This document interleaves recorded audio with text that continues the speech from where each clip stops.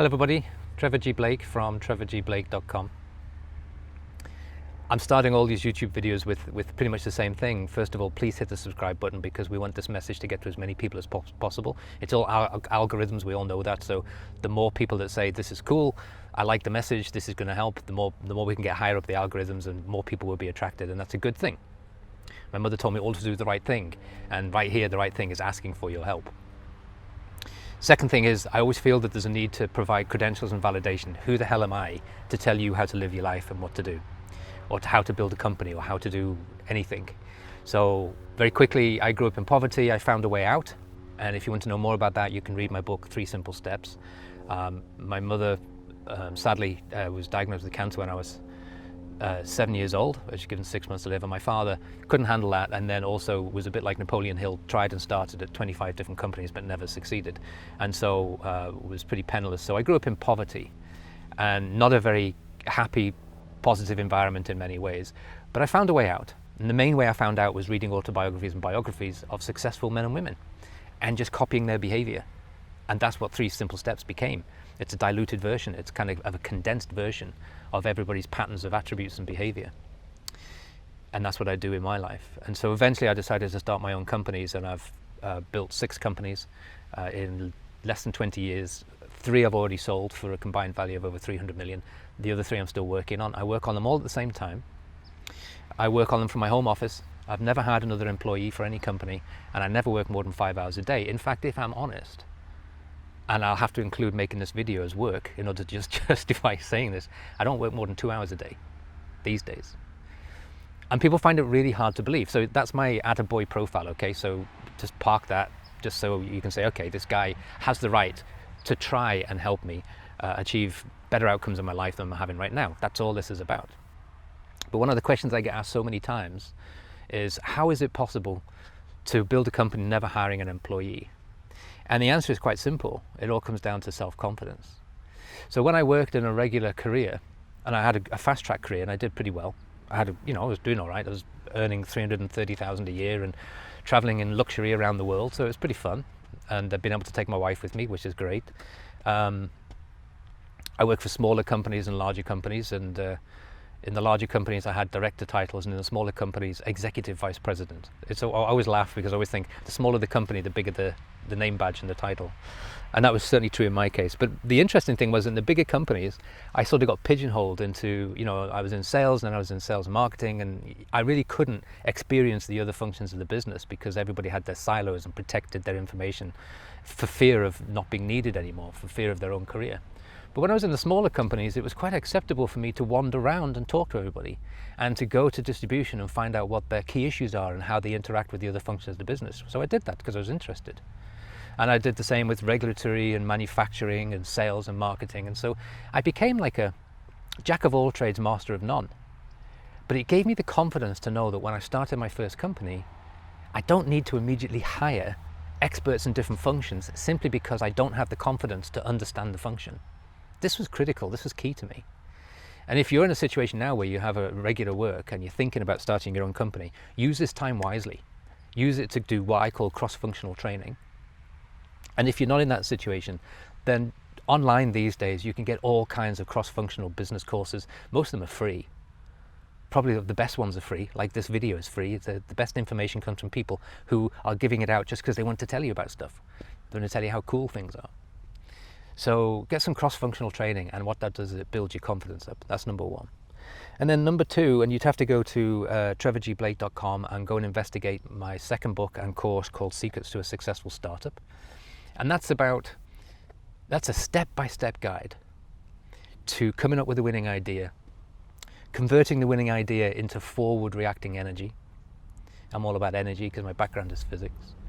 And then how to build the right structure, get it right first time, because we live in an age where the old kind of linear, what we call masculine energy, is changing and giving way to what we call feminine energy. This isn't a gender discussion, it's an energy discussion. We just give it labels. So the old energy was linear and slow, build a railroad, build a freeway, build a hierarchical structure. If you have an issue, hire someone to solve it or call a meeting. That's the way we used to do business, right? Those days are gone. With the more feminine energy, it's more of a spiraling energy. It's very fast. And so with spiraling energy, you're either in it or out of it. It's like a tornado. You're either in the tornado or you're just outside the tornado and left behind. Now with a tornado, you want to be left behind, but with business, you don't want to be left behind. And so to get into this spiraling energy, you need to change the way that you do things. So it's no longer acceptable to hire somebody or call a meeting just for the sake of doing it. You need to be able to understand how to make quick decisions. And to do that, you need to really deepen your connection to your intuition so that you can make optimum decisions and quickly. And if you want to know how to do that, I have tools and techniques at trevorgblake.com, which is all about deepening intuition. I've been working on it for a couple of decades now, and I don't ever feel the need to ask somebody else for advice. I don't have boards of advisors, and I don't have boards of directors. I have Trevor G. Blake, and that's it. And like I say, I've sold companies for 9 figures 3 times, so I must be doing something right. I must be onto something that's worth sharing. I think we live in a world where the one-man band can be really successful. It's also important that you resist hiring people when you first start a company, because typically we all come, not all of us, but typically we come from a culture where we've been taught to think in a certain way, and so we kind of mistakenly judge hiring people as a measure of success. I remember when I went to work for my last regular company before I started my own company, and I was being interviewed, and the human resources director was trying to interview me, but I never allowed people to interview me. I always interviewed them because I always had the confidence to think, are these people worthy of me working for them? That's a much better way of going into an interview than the other way around, because the other way around makes you nervous. If you think, am I good enough for the company? It makes you nervous. If you think, is this company good enough for me? Completely change the mental dynamic, right? That's what I used to do. I learned that a long time ago in a book, and it really helps. And so I was interviewing her, and I said, so what's the company's biggest success to date?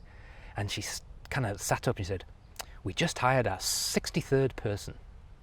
What she didn't tell me was they'd spent $63 million in that process and spent 9 years and had absolutely nothing to sell. It's madness, but it's all out there.